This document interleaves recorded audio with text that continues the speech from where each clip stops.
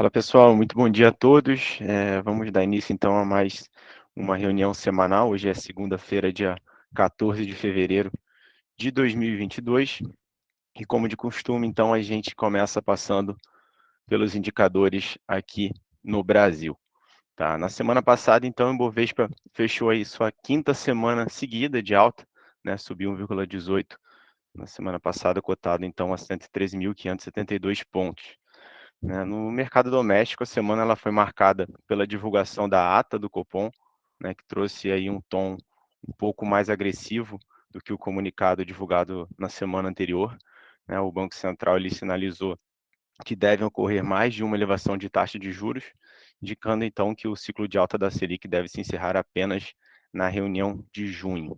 Né? Além disso, a gente teve também divulgação do IPCA, destaque para a carteira de ações 10 do ETG, né, que já acumula aí ganhos de 3,51% no mês, contra 1,27% do Ibovespa, e no ano aí ganhos de 13,91% contra 8,35% do Ibovespa. Né? O time de research do ETG, eles acertaram bastante a mão na seleção desses ativos, com destaque aí principalmente para o setor de commodities e setor financeiro. Tá?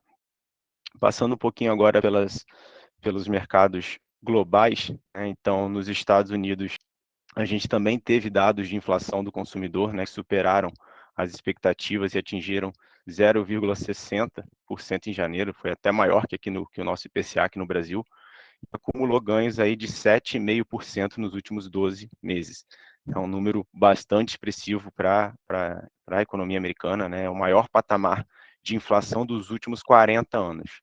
Né? Então, é um dado bastante relevante para o mercado.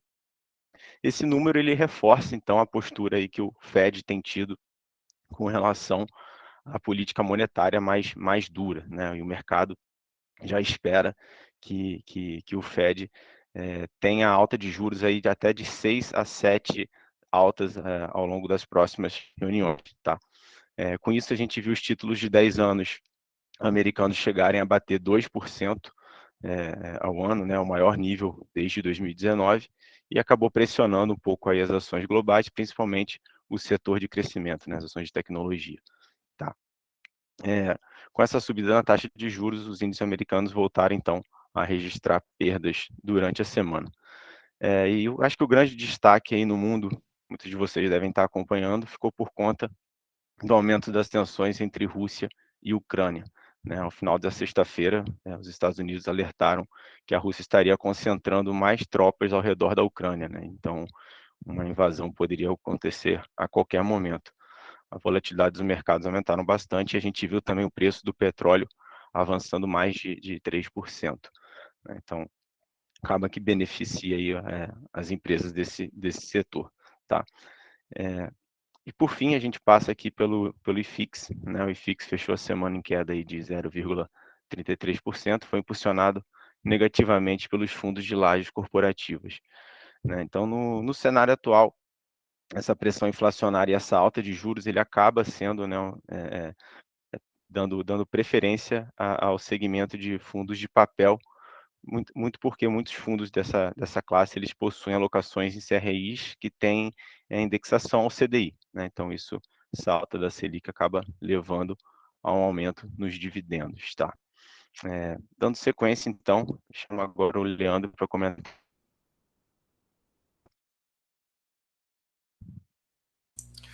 Opa, bom dia, vamos lá. Tivemos uma semana bem. A gente achou que ia ter uma semana tranquila, porém, sexta-feira as coisas mudaram, né? Logo nos finalmente. Então, o que que aconteceu aqui, né?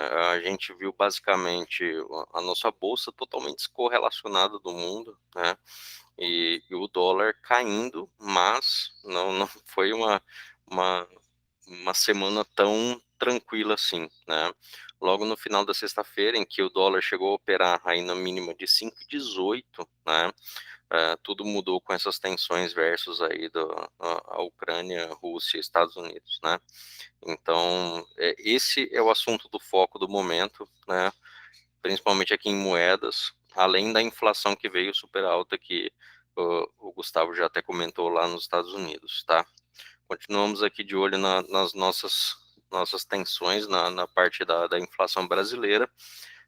DXY decolou, né, na sexta-feira para 0,58 fechando na semana, mostrando a versão a risco, e hoje já está subindo 0,20, né? Então a gente tá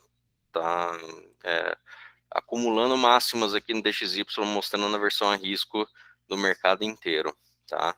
Então, semana de cautela, vamos ver o que vai acontecer, vamos ver como esse assunto da Ucrânia vai desenvolver, e claro, sem tirar o olho da inflação, tanto americana quanto aqui.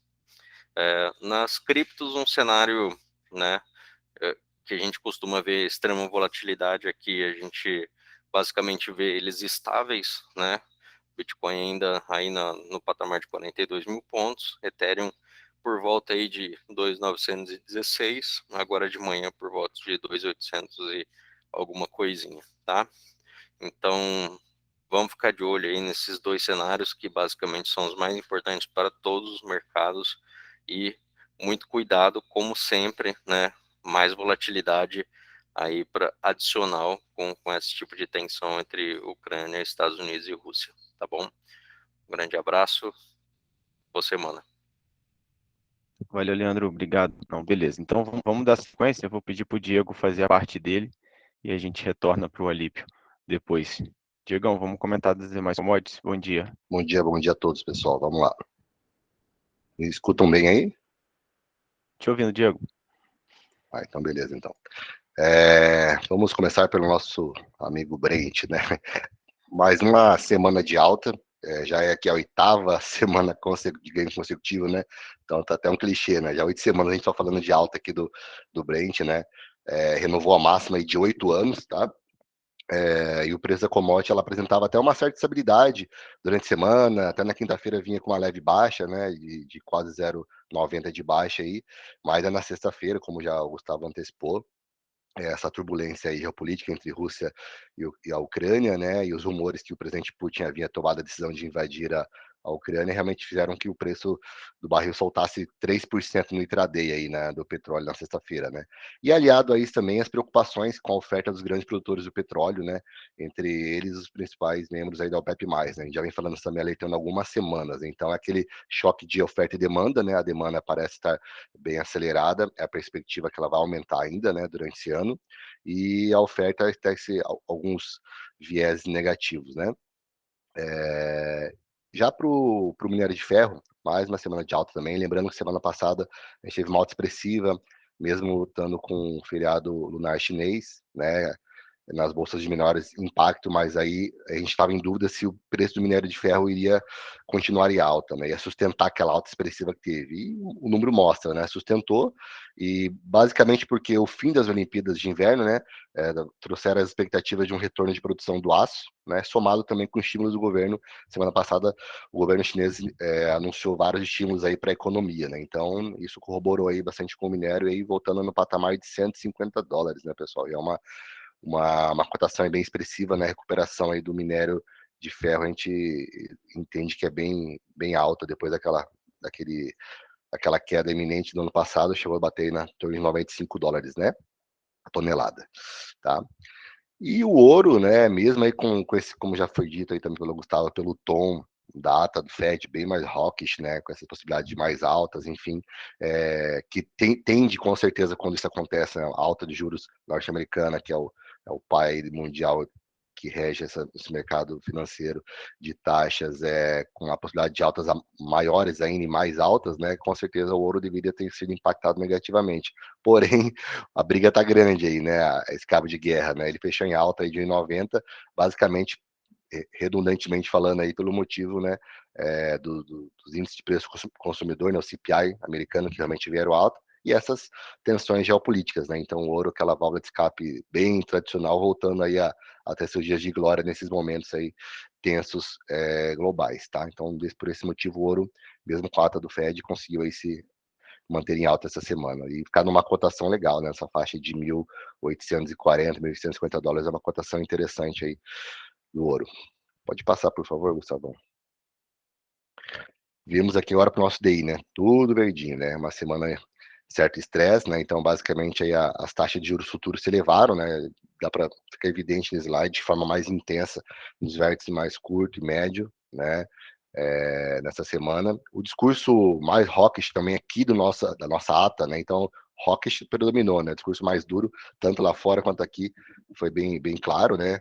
A gente tinha na semana retrasada, quando saiu de fato, né, o aumento da Selic, a princípio não seria tão hawkish, né, mas aí a ata que vem bem mais detalhada, né, ela veio bem mais dura, mais firme, com esses dados de inflação americana e brasileira persistindo em patamares elevados, né, como o Gustavo já disse, nosso IPCA de janeiro fechou em alta de 0,54, a gente tem um acumulado de 10,38 últimos 12 meses, né, e também, mais uma vez, né, esse aumento de aversão ao risco global, até o Leandro falou também, essa iminência da Rússia invadir a Ucrânia, ou seja, esses tópicos, quando a gente fala em algo global, realmente ele acaba, fica evidente que mexe em toda a estrutura, né? A gente está falando de juros, de commodities, tudo é impressionante, né?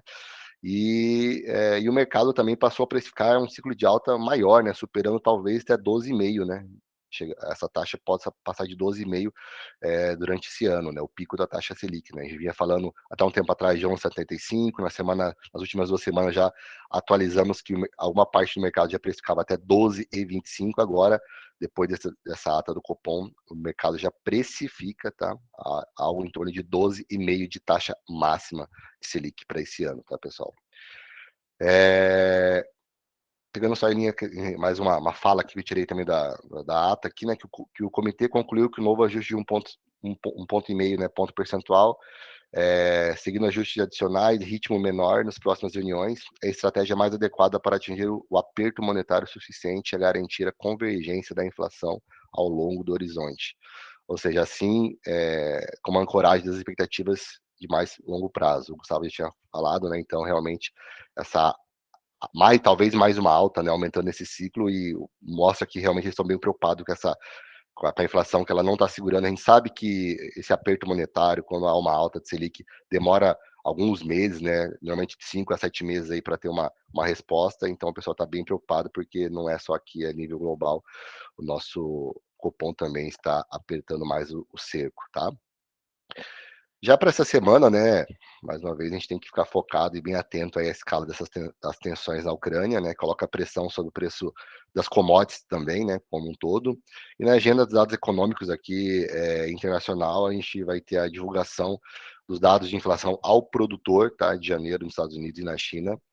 E na China nós teremos também os dados de inflação ao consumidor e ao produtor, né, então dados relevantes em nível global, ficar de olho nessas potências, né, além das atividades econômicas dos países envolvidos. Já que no nosso cenário doméstico, os destaques serão os desdobramentos aí do governo com relação a essas negociações aí dos projetos da desoneração dos combustíveis, que está pegando fogo também, beleza? Isso daí impacta diretamente na nossa curva de juros futuro, tá bom? A gente vem falando de risco fiscal e de problemas fiscais há alguns meses, e agora fortalecendo a questão política, essa questão talvez um pouco mais popular de tentar segurar de qualquer forma o preço, né, frear essas altas dos combustíveis, com certeza o dinheiro sai de um lado e tem que entrar do outro lado, beleza, pessoal?